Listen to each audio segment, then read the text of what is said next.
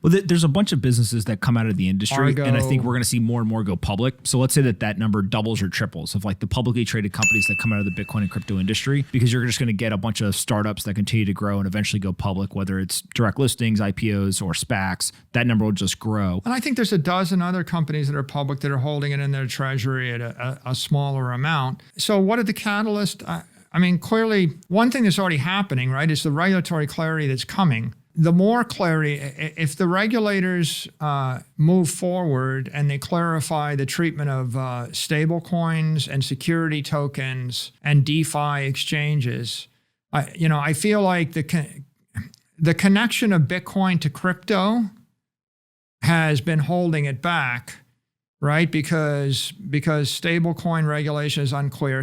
Many cryptos are security tokens. That's holding us back. The exchanges that are trading Bitcoin while they're trading security tokens, right? The connection of Bitcoin to SHIB or Dogecoin, right? This holds back a public entity from wanting to get into that space. I mean, in fact, it's really the express concern that the SEC has about approving a Bitcoin spot ETF, right? Which is they're concerned about the markets where Bitcoin is trading, right? And they're concerned probably about what's Bitcoin volatility coming from? It's coming from the cross-collateralization of crypto markets with high leverage, trading at off hours, right, against thin liquidity pools of other security tokens, right? And so as that clarity comes with regard to the entire crypto ecosystem, it's going to decrease volatility, and it's going to increase confidence of large public investors and large public companies. That'll be part. I think if we get clarity from FASB or any kind of improvement in the accounting situation, that's a plus. And there's a groundswell of interest, right? There are 515 letters sent to FASB on this subject, and there was a lot of commentary from regulators, we've got congressmen, we've got senators, we've got auditors, we've got big institutional investors, we've got big publicly traded companies, and they're all opining on the issue. So, and I have yet to see I haven't seen any articulation by anyone suggesting that the current accounting treatment is beneficial. Yeah, right? no, I think that's fair. So it's broad-based consensus that it's time to take a look at this again. So I think that accounting is important. I think that, we just see the barriers with the banks getting knocked down, right? Like at the point that you saw the commentary by the chair of the FDIC, where she said, we're looking for ways to allow banks to hold Bitcoin on their balance sheets, right? If FDIC... It used to be our dream was one day big banks may actually own Bitcoin, what if all the big banks own Bitcoin? But now I think we've flipped to another observation, and this is an interesting one.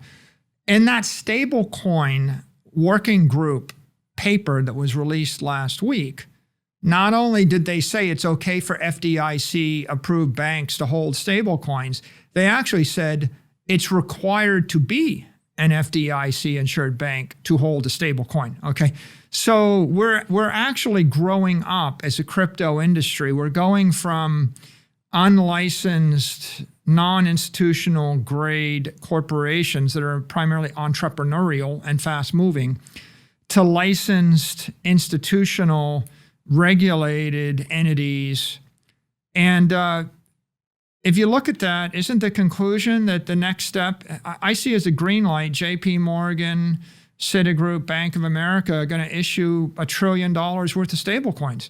I mean, it's an invitation, like it's a green light to every single bank in the world, right? If you're Silvergate or, anybody that's in the crypto industry now, right? This is kind of a message.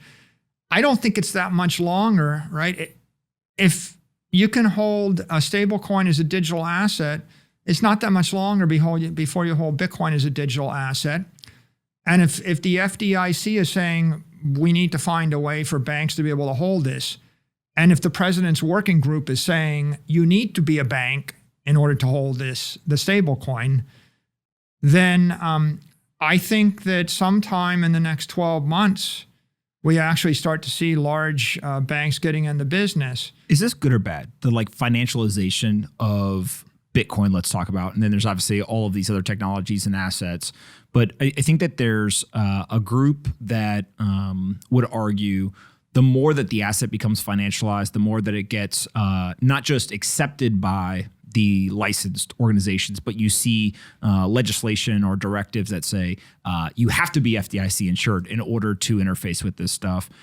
They look at that as negative. There's other people who look at it as a positive. So how do you think about the pros and cons of what I'll just call like the financialization of what were assets that many people were attracted to in the beginning because they weren't part of the existing system? Bitcoin is decentralized and it's an asset and it's already gone to 200 million places. And you might not like the people that own it, right? Don't they call it the money of enemies? Yeah. Right? The point is Bitcoin's going to people who have politics that you disagree with, right? It's almost certain. So it's spreading at such a rate. It's like fire and it's like electricity or mathematics. And you can have an opinion. Do you think it's good or bad for banks to have mathematics? It's like, we're the only ones with math. Is it good or bad for people to be able to read and write? It used to, there was a concern that we shouldn't let everybody read and write. It's just basic technology. It's spreading as fast as it can spread.